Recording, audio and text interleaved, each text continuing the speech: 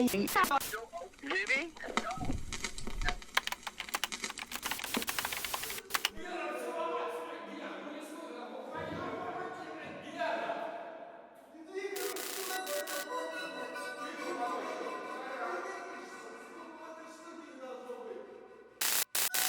lot of material from that department found their way abroad, in particular to the CIA.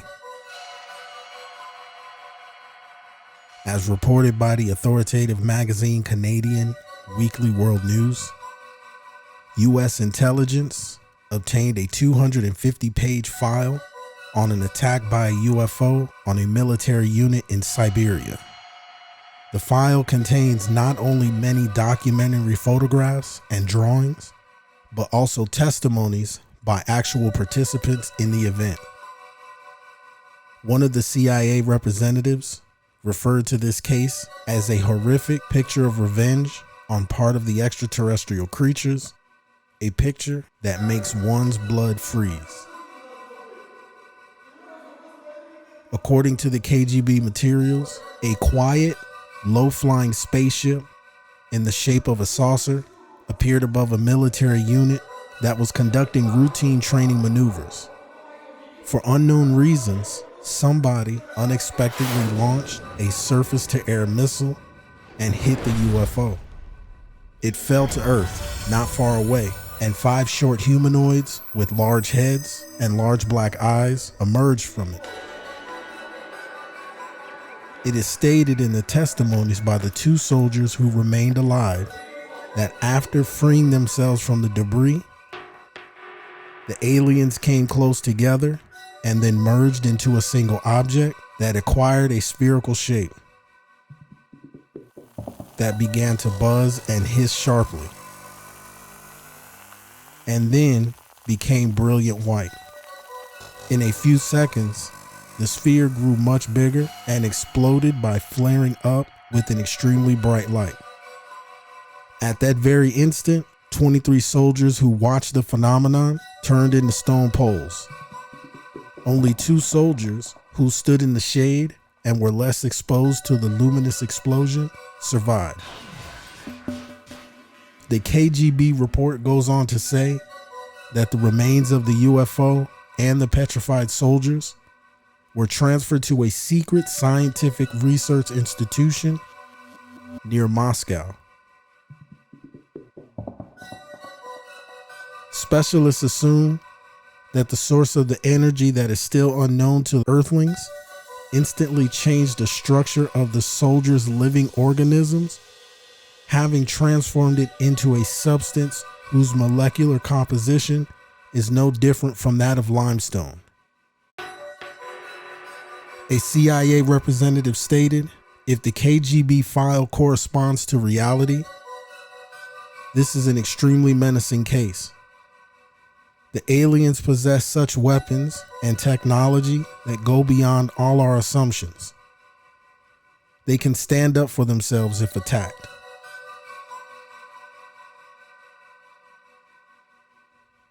This isn't the only time where witnesses in this region report seeing humanoid figures emerging from a spherical object.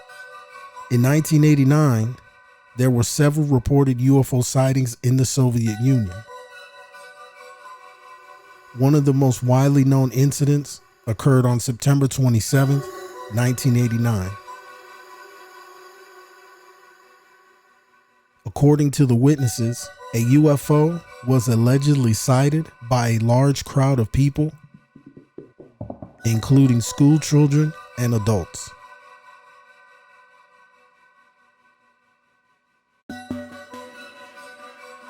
The incident took place around 4 p.m., where an unidentified object, described as a large metallic sphere, allegedly landed in a park.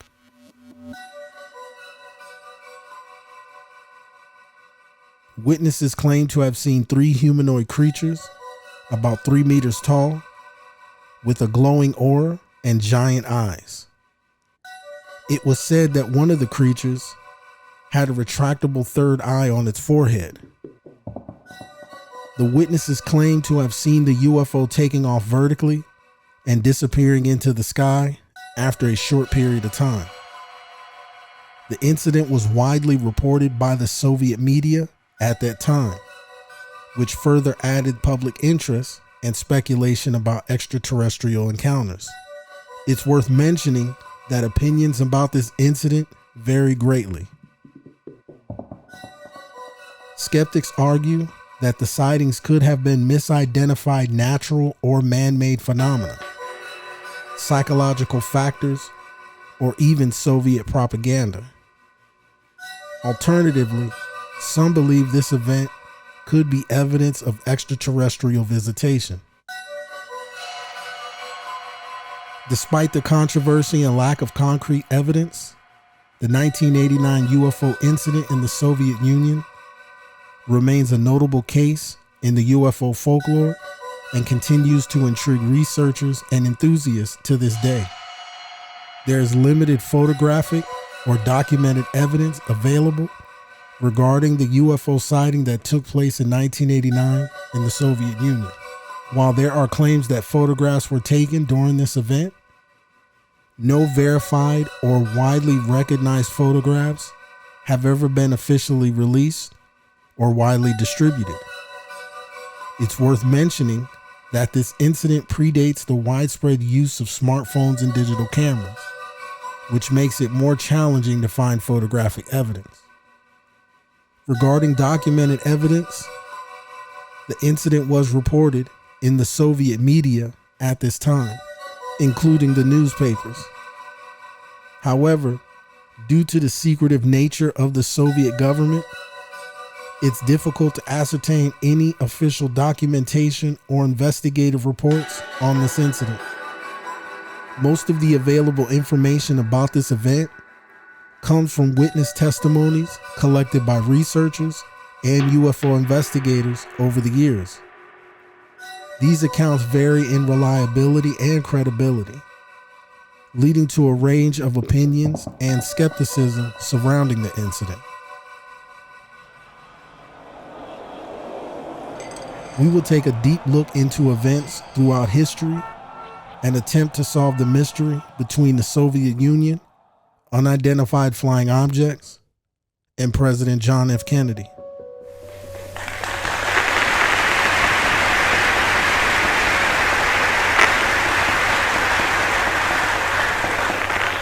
During World War II, the two powerhouses sat on the same side and made decisions together as allies.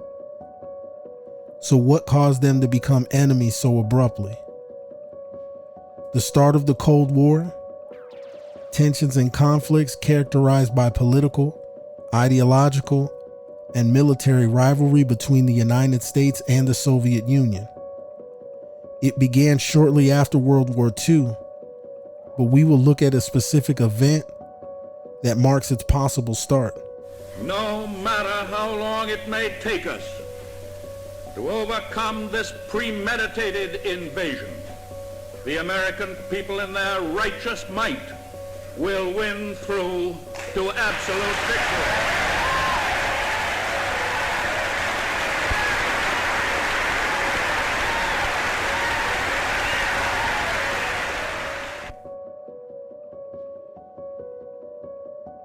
This conference in 1945, involving the leaders of the United States, the Soviet Union, and the United Kingdom, highlighted the tensions between allies. Disagreements arose over issues such as the division of Germany and the future political and economic landscape of Eastern Europe. This is the first time on record where Stalin voiced concerns to President Roosevelt about some of his people were making secret deals with the Germans. Roosevelt denied the claims and assured Stalin that he or anyone on his team was not making deals with the enemy. The Yalta Conference would be the last time that Stalin would see President Roosevelt in person. Unfortunately, exactly 2 months later, President Roosevelt passed away and Harry Truman took over office. About the unknown and the unidentified flying object? Oh, yes, we discussed it at every conference that we had with the military, and They never were able to make me a concrete report on Do you have what anything they'd on the see. subject, sir? No, I haven't anything on the subject, and there's always things like that going on. Flying saucers, and they've had other things, you know. 3 months after the passing of President Roosevelt, Harry Truman worked out a secret deal with the Germans known as Operation Paperclip. This controversial secret deal allowed for Nazi scientists, engineers, and other big names to be absorbed into the United States. These actions gave birth to what would eventually become NASA. It was just 5 months ago that Stalin made the accusations to Roosevelt about having a secret deal with Germany, and Harry Truman had Operation Paperclip in full swing by August of 1945. By this time, Stalin lost trust in the new administration headed by Harry Truman and decided to absorb some of the Nazi scientists and specialists into the Soviet Union for advancements on military and technological infrastructure.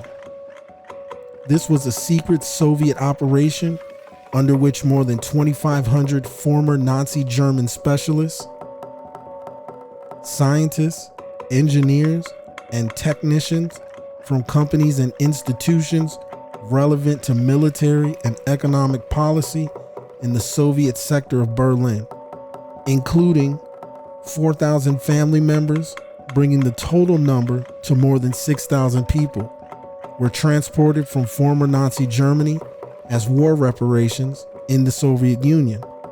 This was headed by Ivan Serov and Soviet army units under the direction of the Soviet military administration in Germany. It's important to note that the causes of the Cold War are complex and can be interpreted differently depending on various historical perspectives. Differing political systems, the desire for global influence, and mutual distrust between the two superpowers contributed to the Cold War. Here's a combination of other various factors.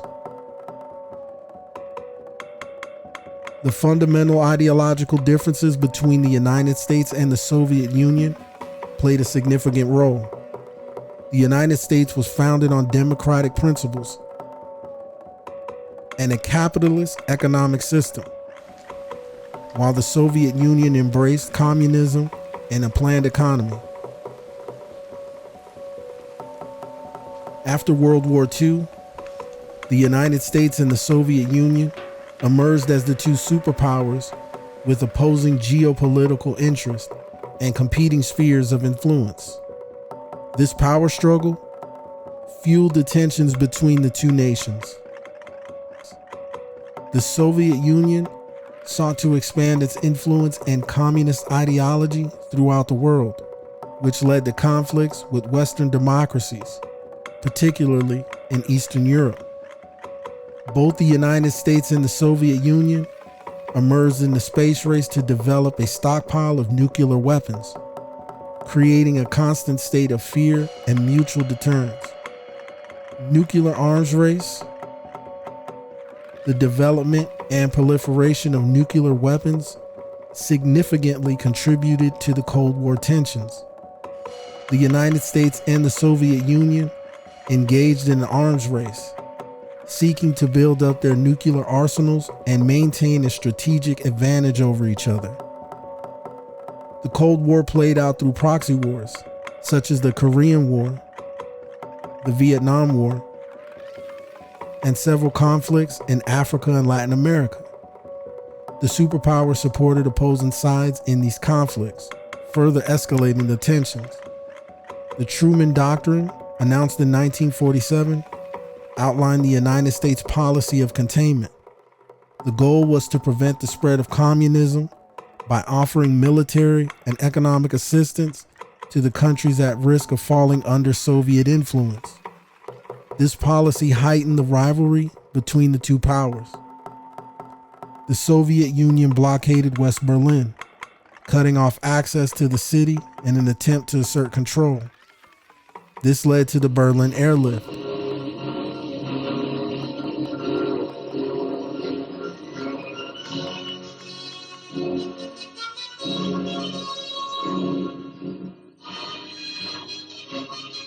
This is a story of the Berlin airlift, the operation carried out by the Royal Air Force and the United States Air Force to supply 2.25 million people of Berlin with food, coal, and other necessities of life.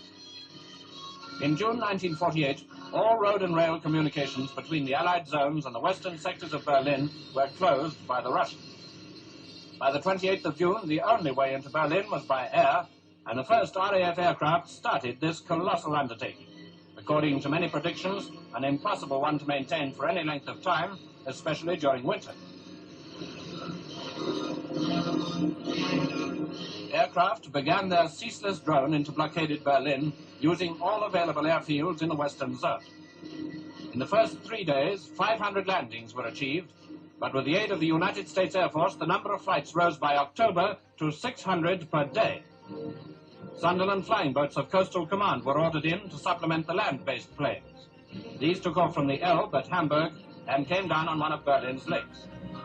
Food, still more food, and raw materials had to be poured across the aerial bridge into the blockaded city.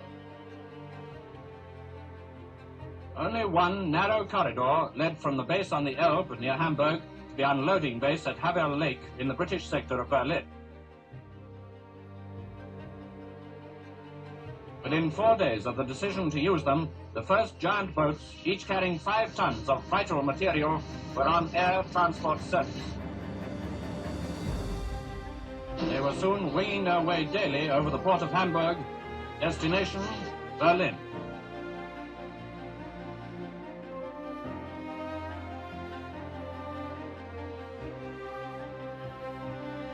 Immediately on landing, unloading commences, and the machines are prepared for the return journey. On the return trip, exportable freight was carried, and the opportunity taken to remove some of Berlin's sick children for convalescence.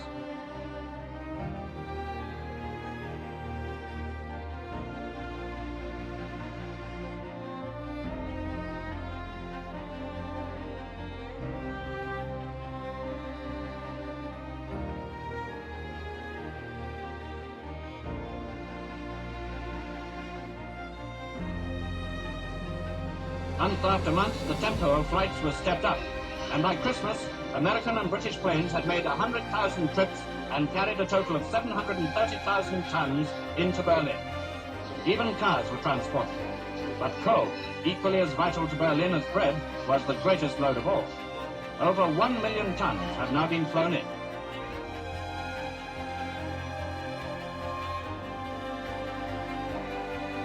For 10 whole months, a ceaseless stream of Allied aircraft landed in Berlin, where Germans, supervised by British Army personnel, eagerly unloaded the vital supply. Air crews of the RAF and Commonwealth crews from Australia, New Zealand and South Africa, together with their British charter colleagues, all of them played their part with the United States Air Force in maintaining this non-stop operation. A combined operation which on one day landed in Berlin a record load of nearly 13,000 tons. That is equivalent to the normal tonnage moved daily by surface transport before the blockade.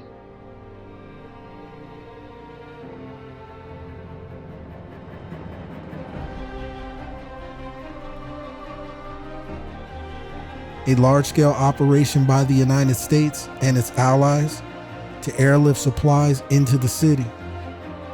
The Berlin blockade and airlift marked a critical point of confrontation in the early stages of the Cold War.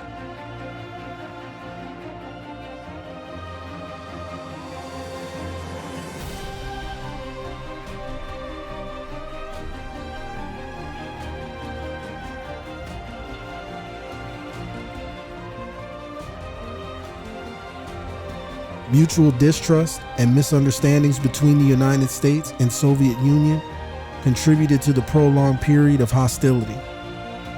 These are just a few key factors that contributed to the onset of the Cold War and ultimately led to the prolonged period of tension and competition between the United States and the Soviet Union.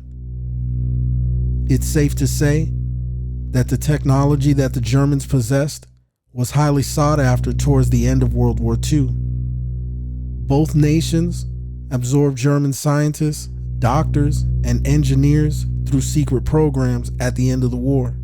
The technology was split between the Soviet Union and the United States and played a major role in the future of both powerhouses. With world dominance in their view and newly acquired advanced technologies, space exploration became one of the main subject matters at hand. After World War II, both the United States and the Soviet Union seized German rocket technology and knowledge. German engineers, such as Wernher von Braun, played key roles in the development of rocketry in both countries. This led to the space race, with the United States and the Soviet Union competing to send satellites, animals, and eventually humans into space. German technology advancements influenced the arms race during World War II. The German V-2 rocket technology, which had been developed during World War II, served as the foundation for missile development by both superpowers. These advancements led to the development of intercontinental ballistic missiles, capable of carrying nuclear warheads. Both sides sought to gain intelligence on German scientific advancements during and after World War II. This knowledge helped both countries in various fields, such as aerospace, electronics, and military research. Western Germany, in particular, emerged as a technological powerhouse during the Cold War. The country's emphasis on engineering, research, and development led to advancements in various industries, including automotive, electronics, and machinery. These technological advancements contributed to the economic growth and strength of West Germany, making it an important player during the Cold War. The V-2 rocket was a significant achievement in rocket technology developed by German engineer Wernher von Braun. It was the world's first long-range guided ballistics missile. Germany developed advanced artillery, tanks, submarines, and aircraft during this period. Examples include Tiger II tank, the Bf-109 fighter plane, and the U-boat submarines. Overall, German technology from the pre- and post-war era greatly influenced the technological advancements and competition between the United States and the Soviet Union during the Cold War. The US and Soviet Union both sought to acquire and utilize these technologies for their own military and scientific programs during the Cold War. It's important to mention that although Nazi Germany made advancements in certain technologies, their ideology and actions during World War II are widely condemned.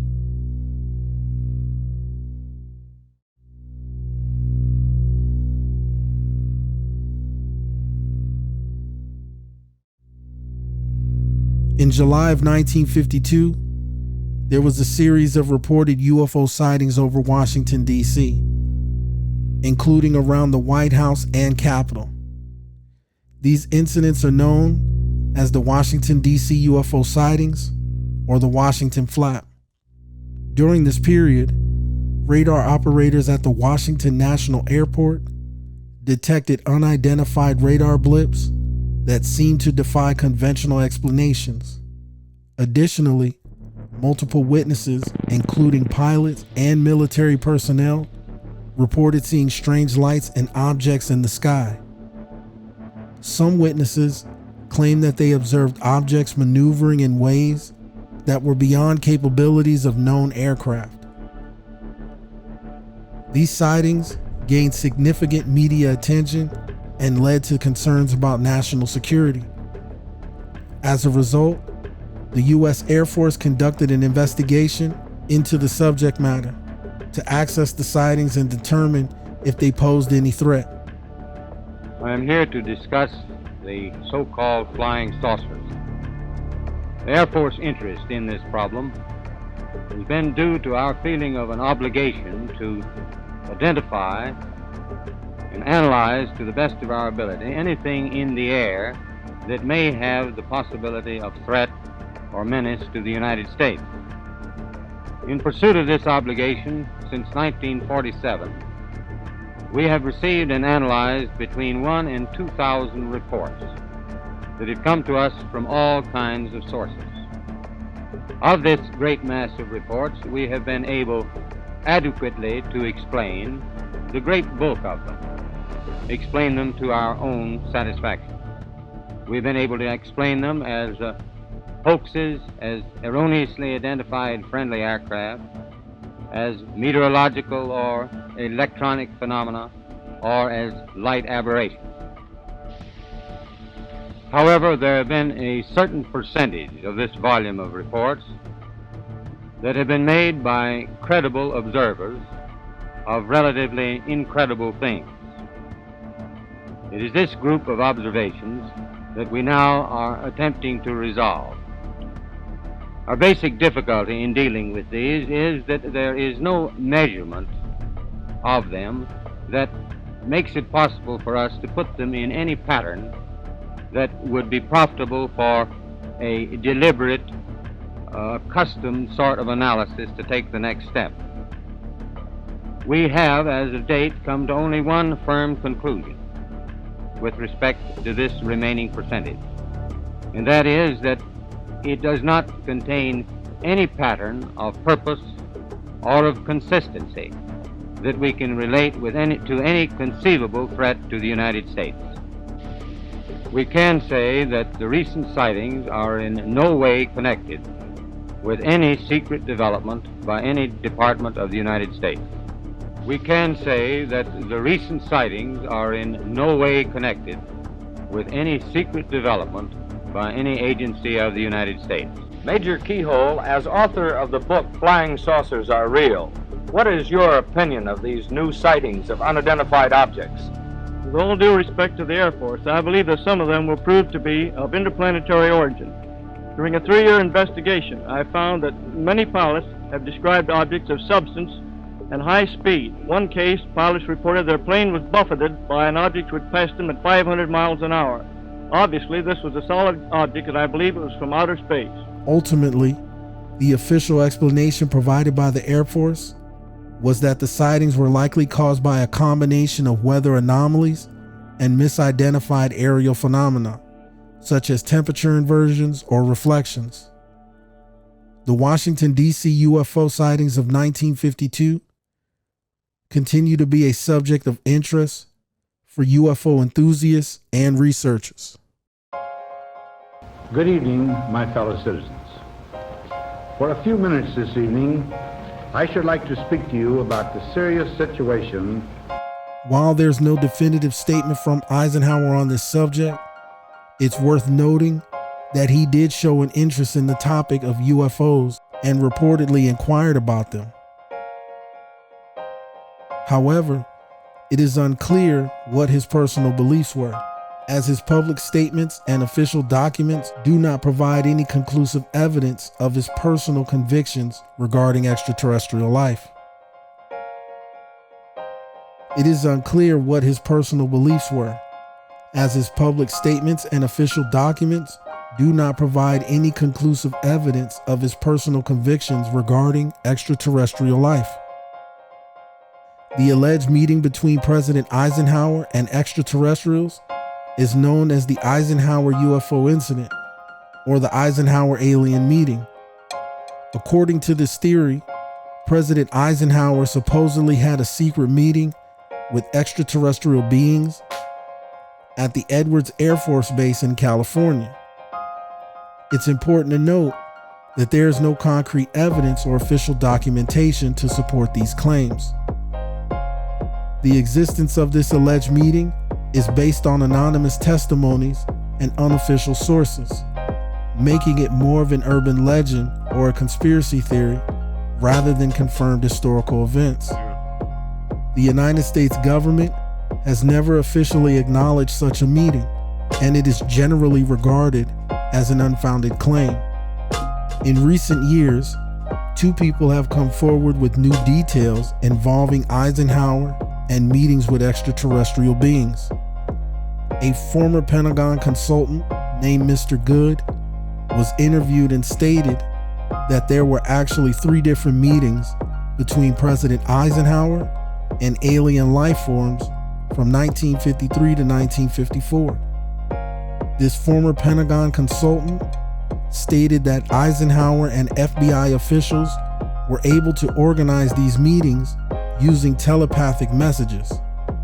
Mr. Good also stated that alien life forms have been visiting governments around the world for decades, and they've also visited many different people from different walks of life.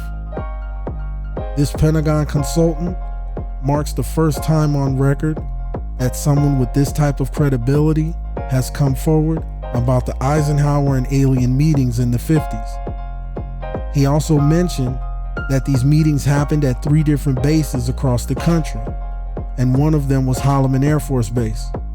Prior to this testimony, it was only speculation that Eisenhower had meetings with alien life forms, and it's even been said that there was an alien treaty that was signed during this time. We also came across a Hopi elder named John who mentioned that his family nurse showed him a picture from the 50s of Eisenhower, a blue alien, and herself with the Hopi mesas in the background. The Hopi mesas are located in the high desert here in Arizona, and during May of 1953, a controversial and notable UFO occurrence took place in the surrounding area. The crash or crashes that occurred in Kingman, Arizona in May of 1953 may possibly be one of the best documented UFO cases in history. The reports come from all walks of life in reference to this highly controversial UFO crash. It's labeled as one crash, but there could have been up to 3. The locals reported seeing up to 8 disc-shaped objects that appeared to be in attack mode. 3 out of those 8 craft crashed in the desert. One of them was completely destroyed as it crashed into a mountainside. The second clipped a nearby butte and was somewhat damaged. This is possibly the craft that the engineer saw and worked on. The third craft was not damaged at all, and this could be the craft that was founded by the 2 men who were eventually chased away by military officials. One of the reports says this alien vehicle may have actually been given to the US government by extraterrestrial entities. The engineer who was flown into Phoenix and driven to the crash site stated that he noticed a disc-shaped object embedded in the desert floor. His job while he was at the crash site was to determine the velocity and speed in which the down saucer was traveling prior to impact. Some of the reports contain testimonies that there were alien bodies that were recovered, and some of them were alive. The amount of evidence surrounding this event that took place in Kingman, including the fact that there was a military airfield in the area during this time, not only would President Eisenhower would have known about this, it's highly likely that this is the 3rd site that he visited and could possibly have been the location where the alien treaty was signed. With Arizona neighboring both California and New Mexico, the military presence in Arizona mixed in with the origin of the Hopi in the high desert, this incident in Kingman could have been the location where technology was exchanged and a secret deal between aliens and the US government took place. It's important to remember that beliefs vary from person to person. Without direct statements or documented evidence from Eisenhower himself, it is challenging to ascertain his true thoughts on this matter. Ground control, this is Orbiter 1. We have a green light to go, roger. Launch control, we have a go, roger. Flight control, countdown confirmed. 12, 11, 10, 9, 8. We have ignition sequence has started. 6, 5, 4, 3. Main engines are go. 0. And we have...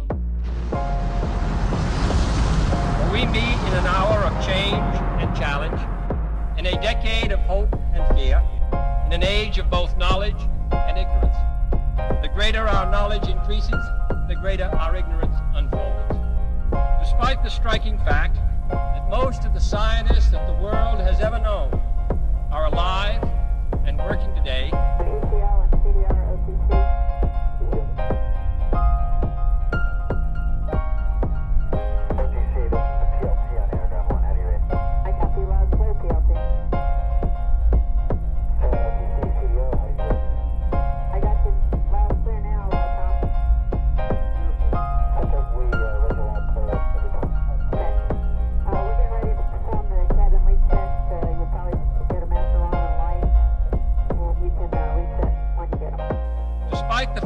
this nation's own scientific manpower is doubling every 12 years in a rate of growth more than 3 times that of our population as a whole.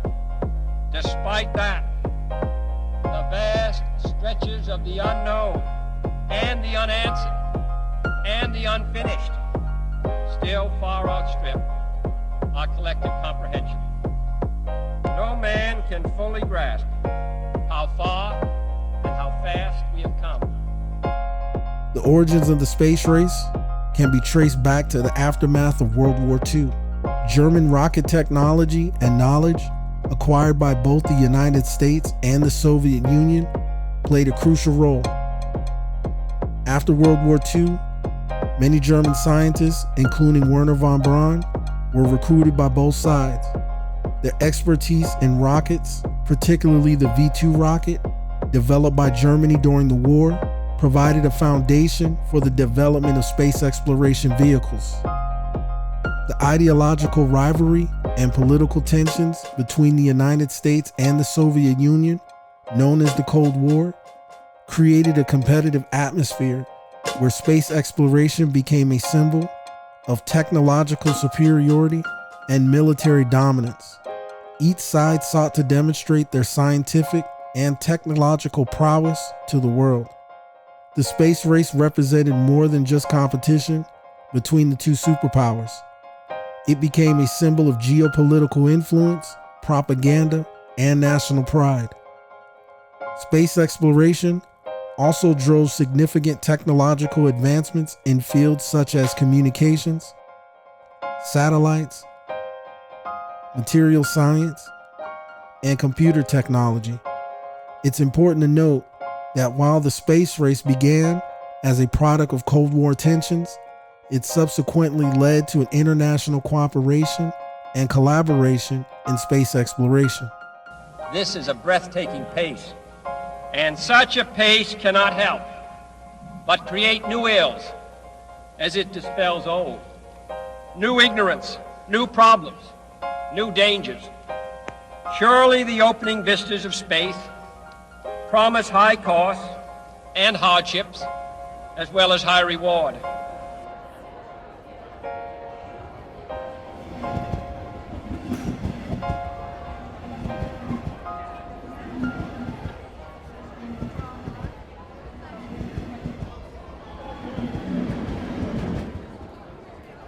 Before we get into the actual story of the UFO that was spotted by the US Senator in the Soviet Union, you have to understand why this is linked to President Kennedy.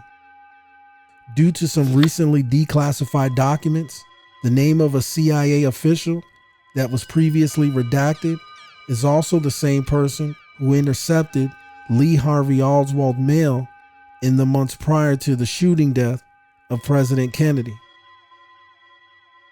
That CIA official's name is Reuben Efron.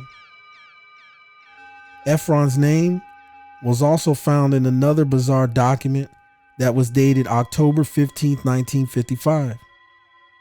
This document goes into details about sightings of dish-shaped objects while he was traveling the countryside on a train through the Soviet Union.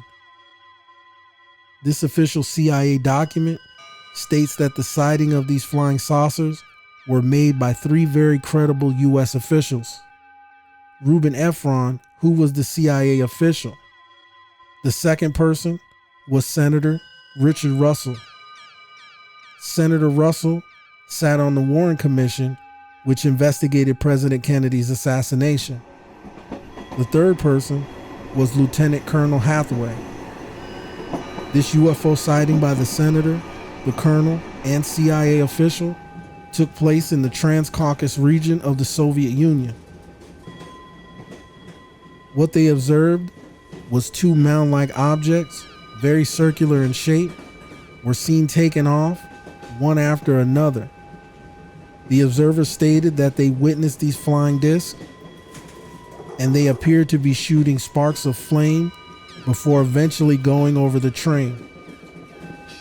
All three witnesses said that the craft ascended and their speed increased rapidly.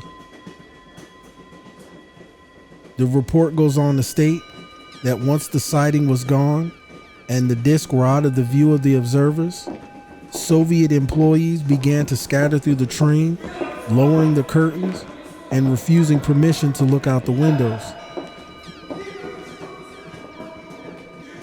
All three U.S. observers firmly believe that the craft that they saw on that day were definitely flying saucers.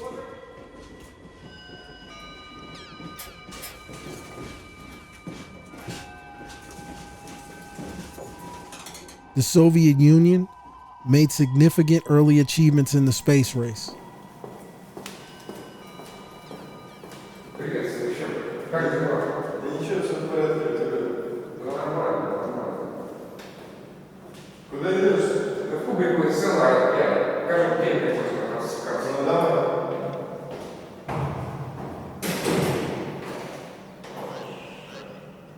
On October 4th, 1957, the Soviet satellite Sputnik became the first artificial satellite to orbit the Earth, marking the beginning of the space age. Today, a new moon is in the sky, a 23-inch metal sphere placed in orbit by a Russian rocket. Here, an artist's conception of how the feat was accomplished. A three-stage rocket. Number one, the booster in the class of an intercontinental missile. Its weight estimated at 50 tons. The smaller second stage took over at 5,000 miles an hour and carried on to the highest point reached. 500 miles up, the artificial moon is boosted to a speed counterbalancing the pull of gravity and released. You are hearing the actual signals transmitted by the Earth-circling satellite. One of the great scientific feats of the age. This event shocked the United States and spurred them into action to catch up and surpass the Soviet space program. In response to Soviet successes, the United States established the National Aeronautics and Space Administration.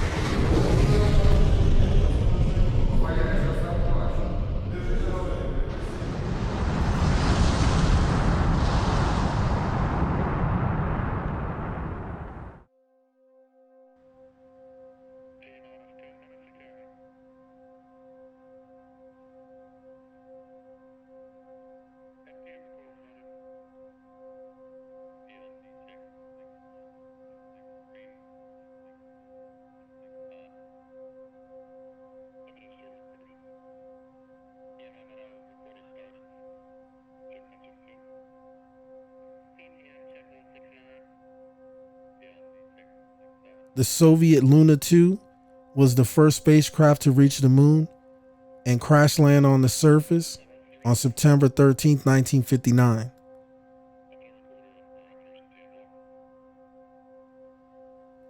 The mission was a part of the Soviet Union's Luna program, which had the goal of exploring the moon and conducting scientific research. Luna 2 successfully delivered a payload of instruments to the moon's surface, marking the first human-made object to reach another celestial body. It paved the way for future missions and contributed to our understanding of the moon. The Luna 2 mission was a collaborative effort involving various scientists, engineers, and researchers from the Soviet Union. The primary objective was to impact the moon's surface and transmit data back to Earth.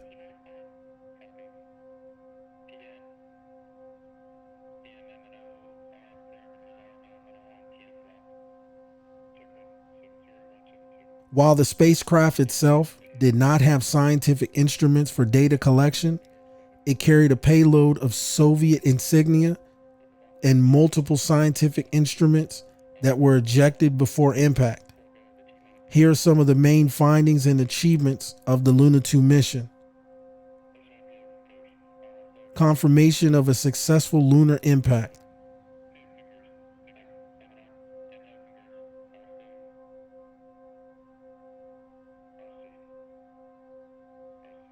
Luna 2 became the first human-made object to reach and crash land on the moon. This confirmed that it was possible for a spacecraft to reach another celestial body and paved the way for future lunar missions.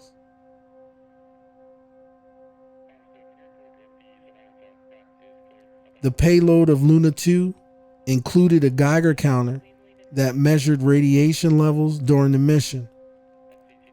This provided valuable data on lunar radiation at the impact site.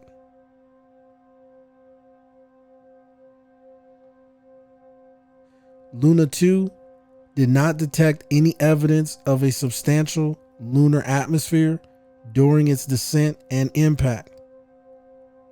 This finding contributed to our understanding of the moon's environment.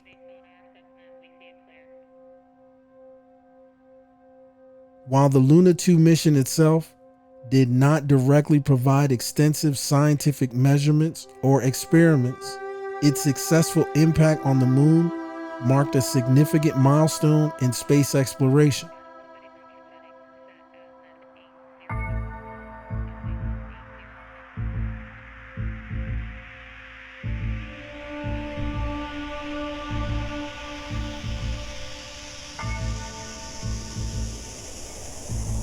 A U-2 spy plane, owned and operated by the United States, was shot down over Soviet airspace.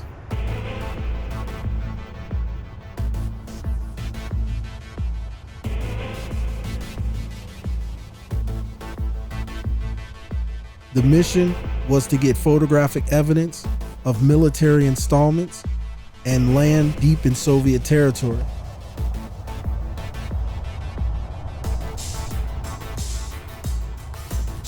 This U-2 spy plane was a single-seat craft that was being operated by Francis Gary Powers.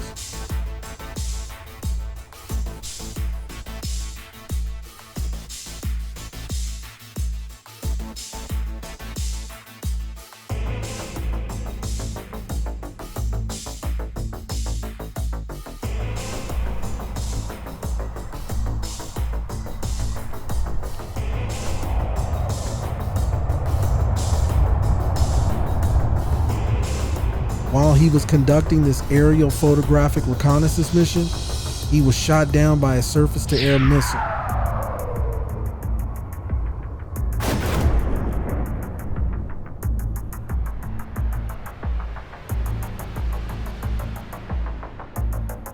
Initially, the U.S. said that it was a NASA weather mission, but days later, they had to tell the truth because the Soviet Union not only captured Francis, but also provided wreckage from the U-2 crash and surveillance photos of the military bases and surrounding land.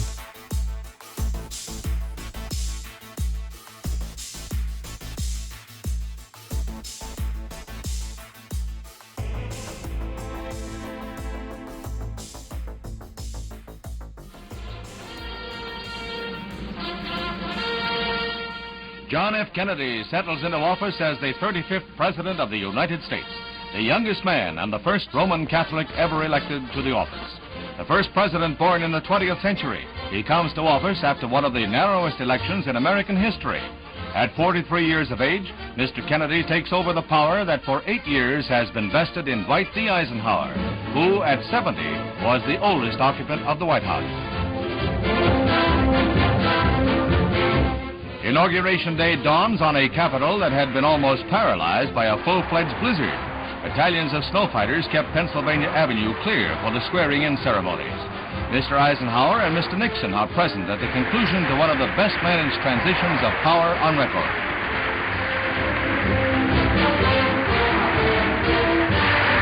Despite sub-freezing temperatures, hundreds of thousands watched the ceremonies in front of the Capitol as the new President and Vice President Lyndon Johnson assume office. Slippery streets and snarled traffic cause a delay in the swearing-in ceremonies, a delay which the President and his predecessor passed in serious conversation. Then Lyndon Baines Johnson is sworn in as Vice President by fellow Texan, Speaker of the House Sam Rayburn. The first time, incidentally, a Speaker of the House of Representatives has administered the oath of office to a Vice President. Then, 10 minutes later, John Fitzgerald Kennedy is sworn by Chief Justice Warren as the 35th President of the United States, with the prayers of 4 major faiths to support him in office. Fitzgerald Kennedy, do solemnly swear. I, John Fitzgerald Kennedy, do solemnly swear that you will faithfully execute the office of President of the United States. that I will faithfully execute the office of President of the United States And will, to the best of your ability, and will, to the best of my ability, preserve, protect, and defend the Constitution of the United States. preserve, protect, and defend the Constitution of the United States. So help you God. So help me God. Me God.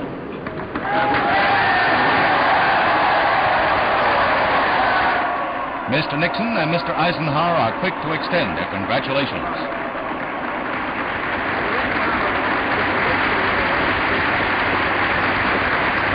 President Kennedy's speech is brief and stirring.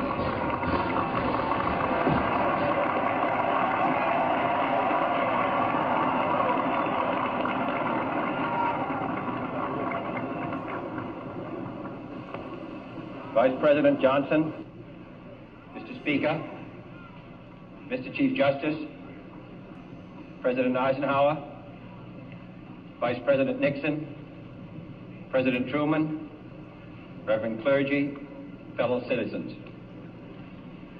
We observe today not a victory of party, but a celebration of freedom, symbolizing an end as well as a beginning, signifying renewal as well as change. For I have sworn before you and Almighty God the same solemn oath our forebears prescribed nearly a century and 3/4 ago. The world is very different now, for man holds in his mortal hands the power to abolish all forms of human poverty and all forms of human life. And yet the same revolutionary beliefs for which our forebears fought are still at issue around the globe. The belief that the rights of man come not from the generosity of the state, but from the hand of God. We dare not forget today that we are the heirs of that first revolution. Let the word go forth from this time and place to friend and foe alike that the torch has been passed to a new generation of Americans born in this century, tempered by war, disciplined by a hard and bitter peace, proud of our ancient heritage, and unwilling to witness or permit the slow undoing of those human rights to which this nation has always been committed and to which we are committed today at home and around the world.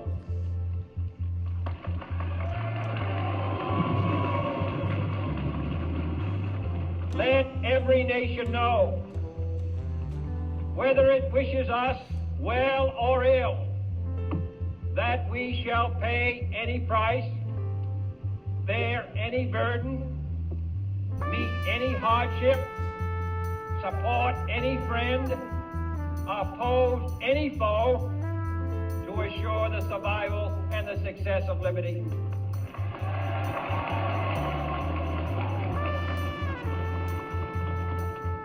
much we pledge and more.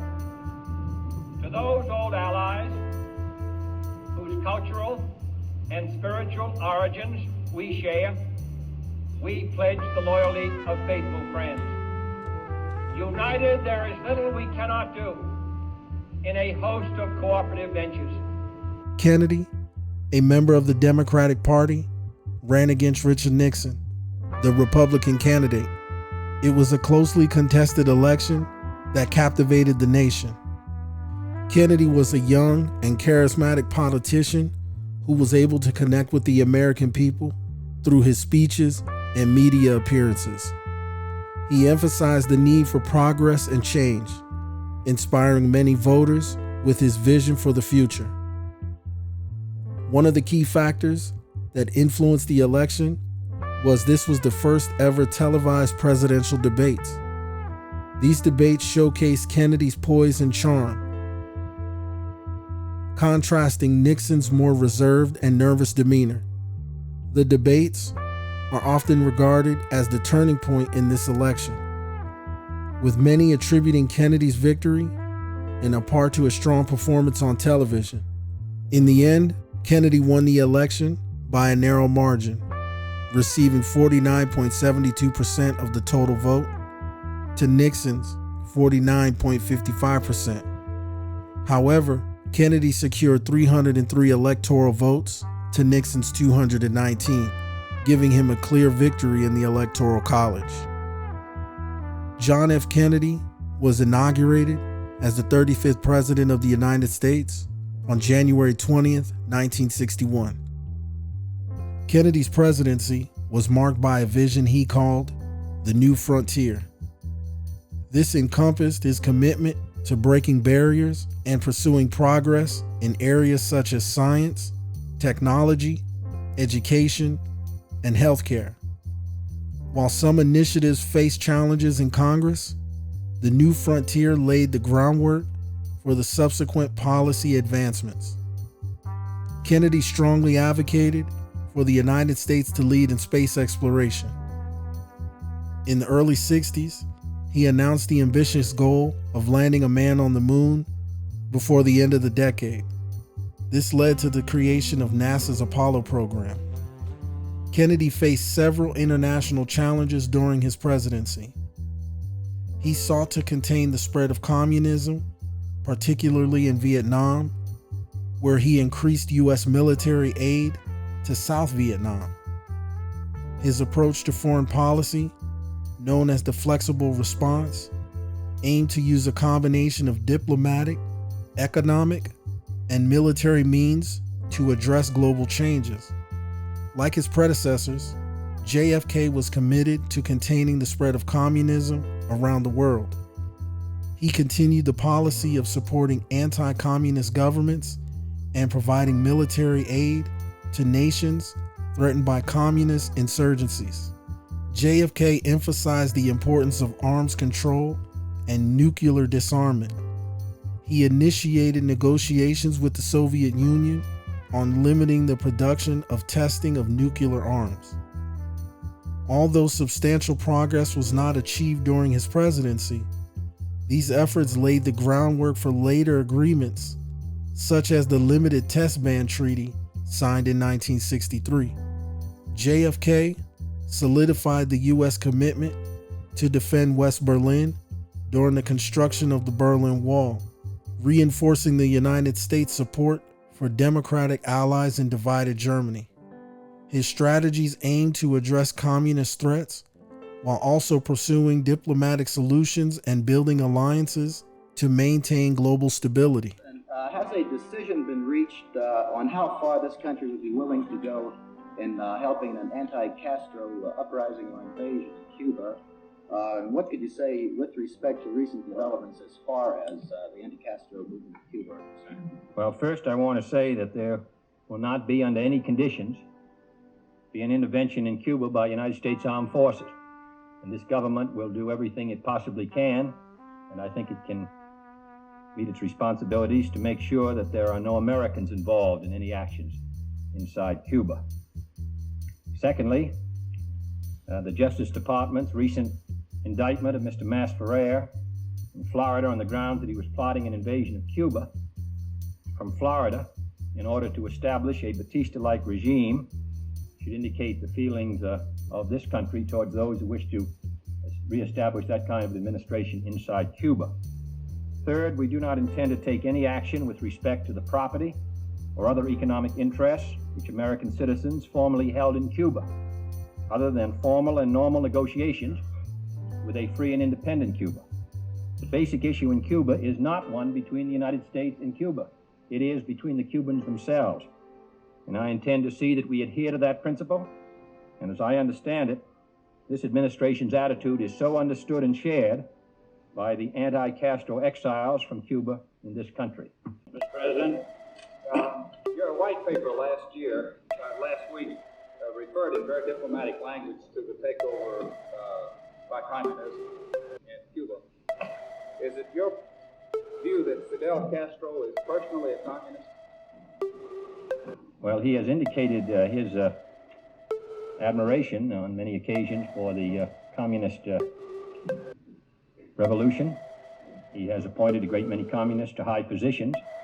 A great many of those, I think, in the white paper, well, rather the state paper, he indicated that 2/3 of those who had been members of his first government had fled Cuba, people who had a strong feeling for the revolution, but who did not propose to see it come under the domination of the communists.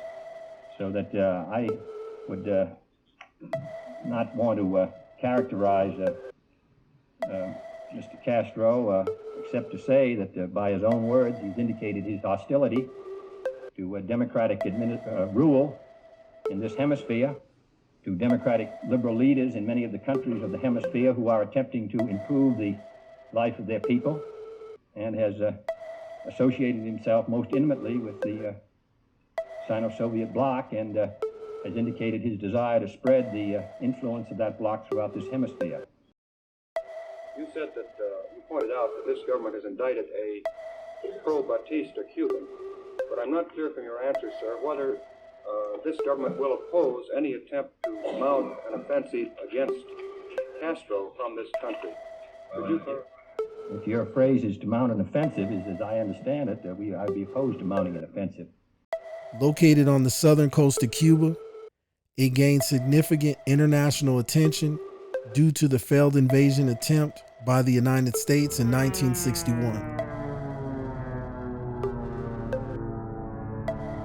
The invasion, known as the Bay of Pigs, was a covert operation organized by the Central Intelligence Agency with the aim of overthrowing the Cuban government led by Fidel Castro. The motive behind this invasion was to counter Castro's communist regime, which had strong ties with the Soviet Union.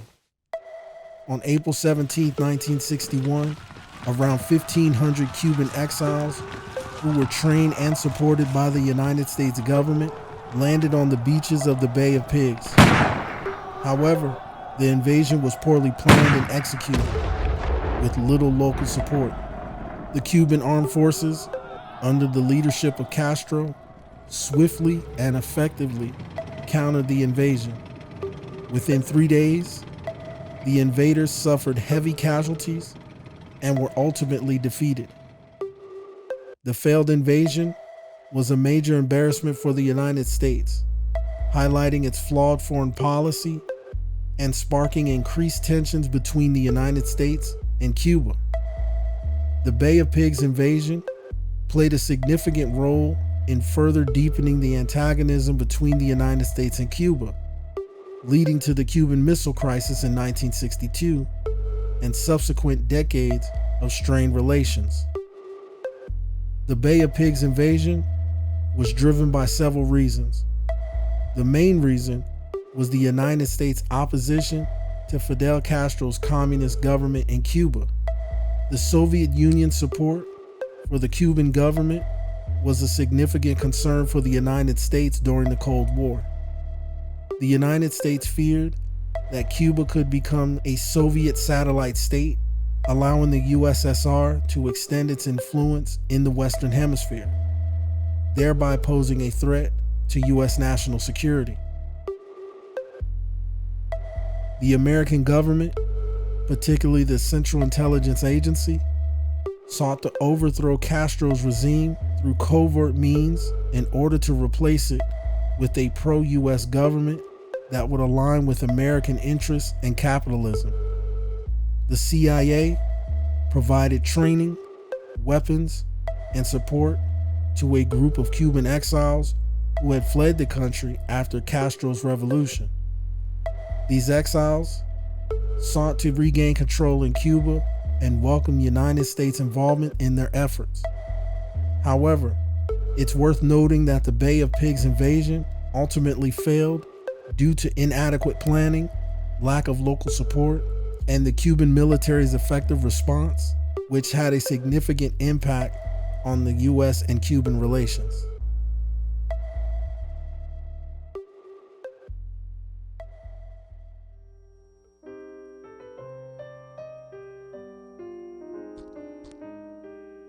From April 22nd to April 24th, in 1961, there was a crucial meeting between the 34th President of the United States, Dwight D. Eisenhower, and the newly elected President, John F. Kennedy. This meeting marked an important transition of power and a transfer of knowledge between the two different administrations. It signifies a moment of cooperation and collaboration between the outgoing and incoming heads of state.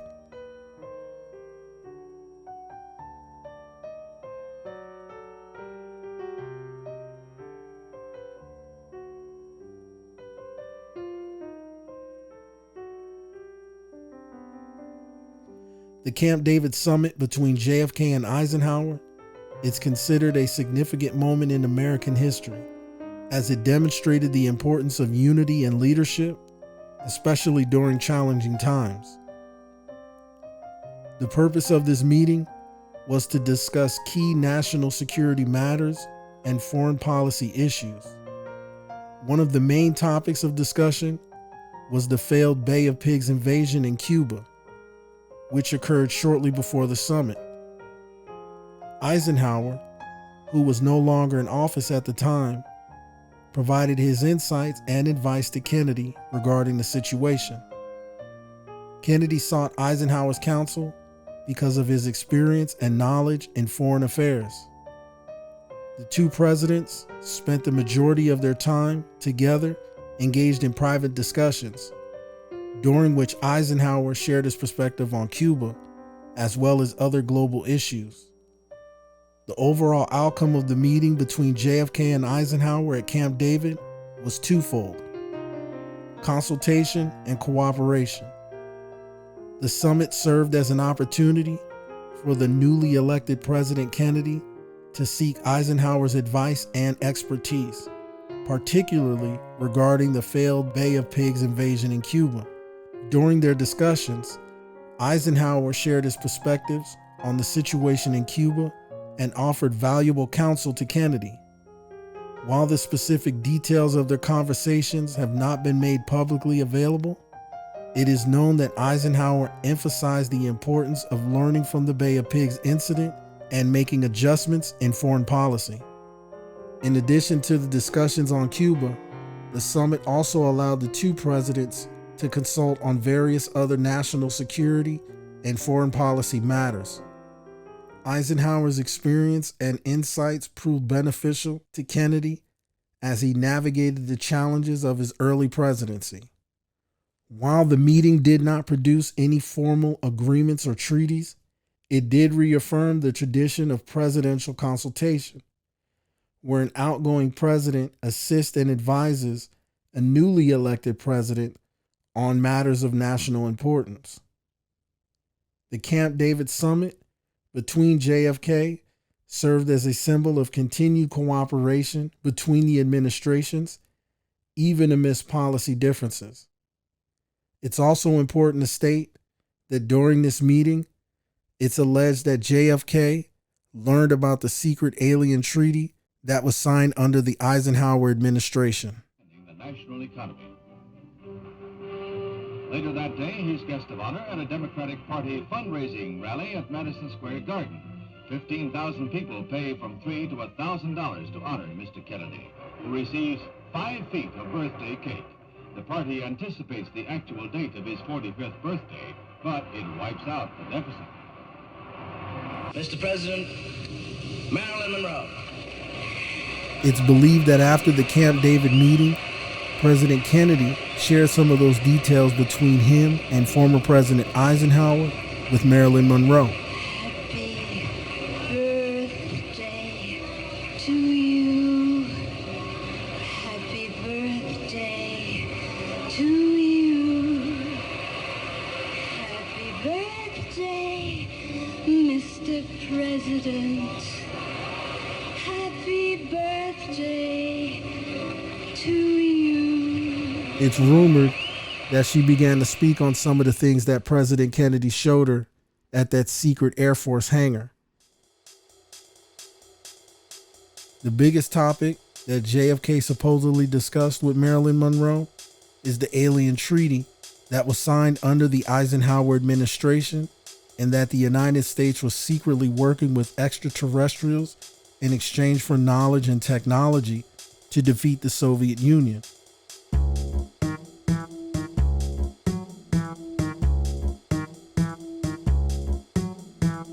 might be said now that I have the best of both worlds.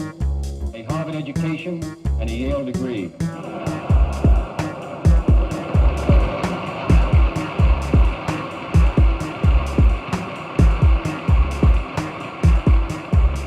I am particularly glad to become a Yale man because as I think about my troubles, I find that a lot of them have come from other Yale men. If this capsule history of our progress teaches us anything, it is that man in his quest for knowledge and progress is determined and cannot be deterred. The exploration of space will go ahead, whether we join in it or not. And it is one of the great adventures of all time. And no nation which expects to be the leader of other nations can expect to stay behind in this race for space.